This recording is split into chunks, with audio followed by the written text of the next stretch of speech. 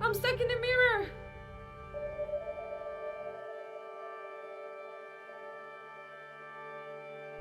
Scene 9, POV, take 1. Brian, anything over here you want to change? One of the aspects that came through in our screenwriting course was a sense of pressure and also isolation in social media. Problems also following COVID, I could notice that too, because within post-COVID, people had been in a sort of a lockdown, emotional lockdown. And this emotional lockdown had affected them in different ways. It also affects adults, so why wouldn't it not affect children or young adults, should I say?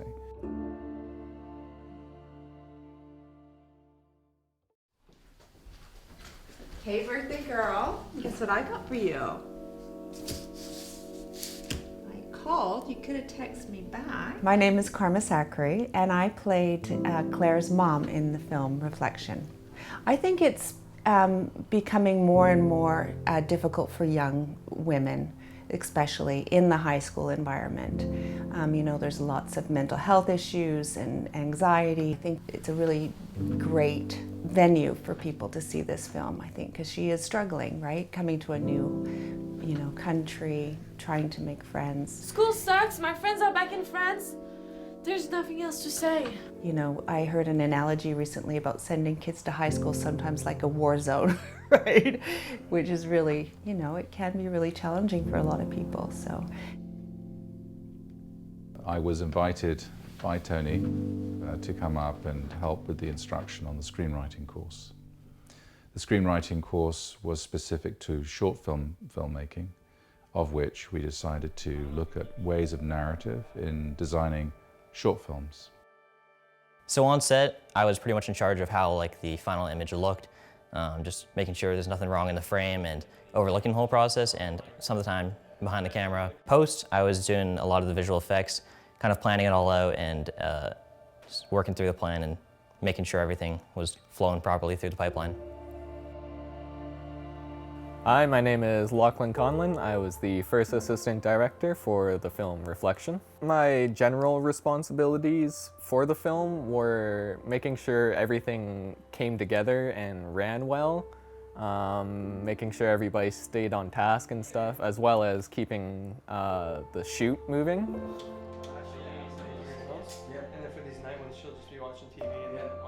I'm Lucas, and I found out about the Powell River Digital Film School through a family friend. My experience at the school was incredible. I learned about everything behind the camera and in front of the camera, from editing, producing, directing, acting, all sorts of stuff. I learned a lot in Reflection.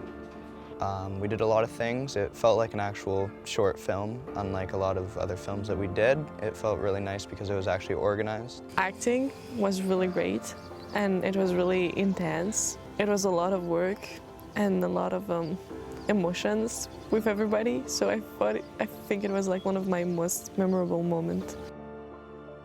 We learned from each other and stuff, which is really cool, and that's what I learned from that we can all just it's good to open to people and just be open about the world. I founded the Powell River Digital Film School in 2008 through the School District 47 here in Powell River. It is a 5-month hands-on film course that students go through and cover all the basics of what it takes to not only be better filmmakers, but also know what it's like in the industry, how the industry works within. So one of the aspects we looked at was to have a process of self-discovery. And in doing so, we had a series of projects that we looked at.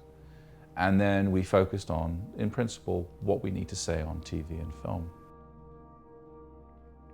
When we looked into that story, we looked at aspects of how social media affects young kids.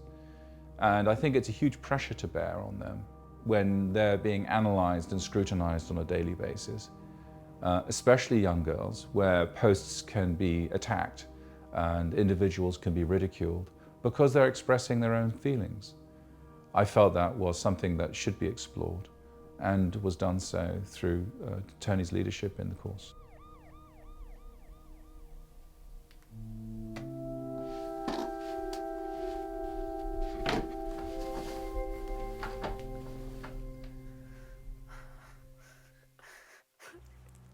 I thought the script was believable because I feel like that is what a lot of teenagers do go through. They'll like wake up in the morning, go look in the mirror, and then they'll nitpick themselves and everything. Like I have so many friends who do that. Even I do it sometimes. So it's like, yeah, I saw that as that would be my daily routine sometimes, yeah. So I think the story is really relatable in the sense that it's a girl who's kind of trapped in the online space and like what people's opinions on her are. Hello. Happy birthday, Claire. Come on, cheer up. Here, sit up and let's have some cake. Let's celebrate. No, it makes my skin break out. I like to see it as she was sort of pulling herself into her own psyche. Like quite literally in the movie, she gets pulled in. But I like to think about it as like Claire, the character, was actually pulling herself into her own psyche. And that's what the void was. It was just this weird manifestation of her inner thoughts. I think a lot of what was established in the film, the metaphors of the mirror and how to get out, was essentially that the mirror doesn't necessarily tell the truth.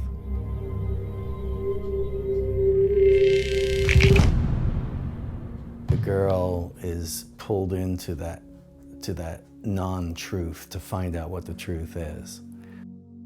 What I thought the film explored extremely well was this idea that people feel suddenly isolated, and it's a sudden shutdown on their emotions and feelings, and it can be very dramatic in some cases. So, you wish to be somewhere else?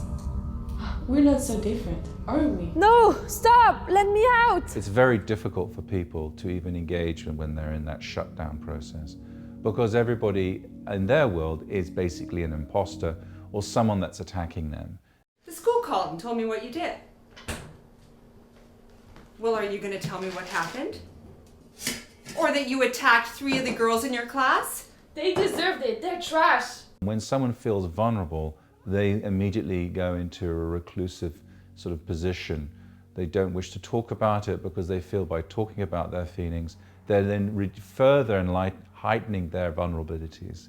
So I felt that the film explored that to a very, very good degree. Claire, make a wish and blow out the candle. You blow it out. It also showed on a very strong level the symbolism of how isolation and depression works, where you become enclosed into your own space. You're confined into your own world. And that world can be a very dark and a very sad, forlorn area. So what hopefully people will learn from this film is when you're in that process, be aware of it, read the situation accordingly, and don't allow yourself to go down that avenue. You know, as a teenager myself, sometimes I kind of think the whole world revolves around me, like Claire does in the story. And it's easy to feel, you know, insecure and have all these doubts about yourself and to shut everyone out or to lash out on people. Like at some point in life, you kind of wish that you were someone else. Fine! I wish I was somewhere else.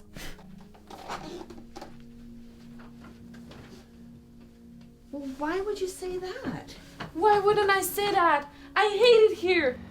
And it was kind of relatable to like look at it and be like, kind of realize how much you kind of take for granted with yourself. And then you're like, damn, I actually really like just being me.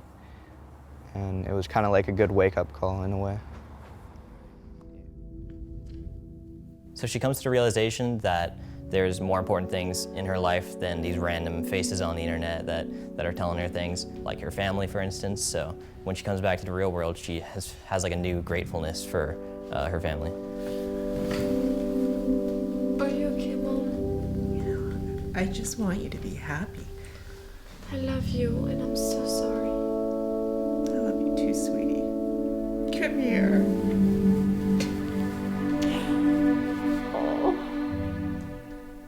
The way that it was acted made it seem real, but it's like when you watch it from behind the scenes, it's like a whole different perspective.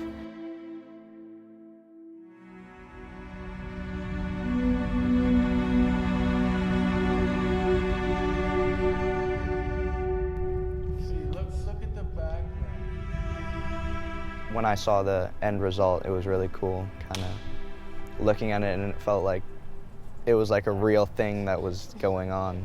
So it was really cool to watch that. No, get me out of here. No, oh my God.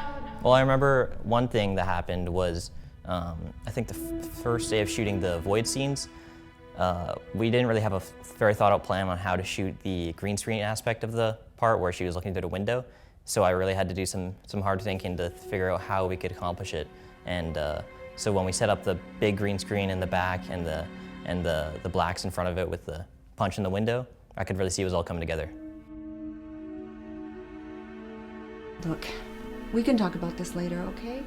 I'll be downstairs if you need me. Happy birthday, sweetie. Yeah, real happy. The mother and daughter relationship was very interesting because what I saw in there was that she was trying her best to reaching out to her daughter, but she also had the constraints of a job, and she was pretty much always battling against time, and she never really felt she had the right time and place. Well, I would say with any situation like that, there is never going to be a right time and place in addressing social media pressures, especially the themes that lead to depression and isolation. You just have to address it there and then. And if it's going to be uncomfortable, it will be uncomfortable for both parties, both the daughter and the mother. Annabelle was an amazing actor. She, you know, she had some doubts at first, and I don't blame her. She came into it new. But I feel like after that first table read that her and Karma had, they started to form like this connection. And then it really transcribed onto the screen, and they had like this cool mother-daughter connection, which you could totally see while you were watching it. Thanks, Mom. You're welcome. She was surprising to everybody how well she was able to handle the complexities of being an actor.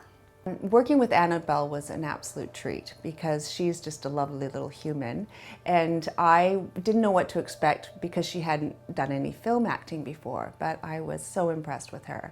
You know, she was very much in character. She was just wonderful to work with. You know, I think we had a real chemistry, which hopefully showed in the final product. Working on the short film with the students was a treat, because you get to see them putting in action what they've learned throughout the year. All the things that we start, even in the beginning retreat that we do, like problem solving, negotiations, how are you going to do this? Film is always a set of problems that needs to be solved. And to see them doing that and thinking for themselves, I love that. I have to tell you, that was the magic for me. I loved working with those kids, especially because two of them I had taught, you know, so it really felt full circle to me. Just love connecting with the students. I love working with them, and you know, they seem like an incredible group of children. Well, not children, but young adults, right? I'd say the best memory was when we were at Tony Papa's house filming the reflection. Doing all those scenes in the bedroom, like having all of us in like really close quarters together, I think really displayed the amount of difference we all had between each other. But just seeing the chaos unfold was like a lot of fun, just being in the middle of it. I'd say that's probably my favorite memory.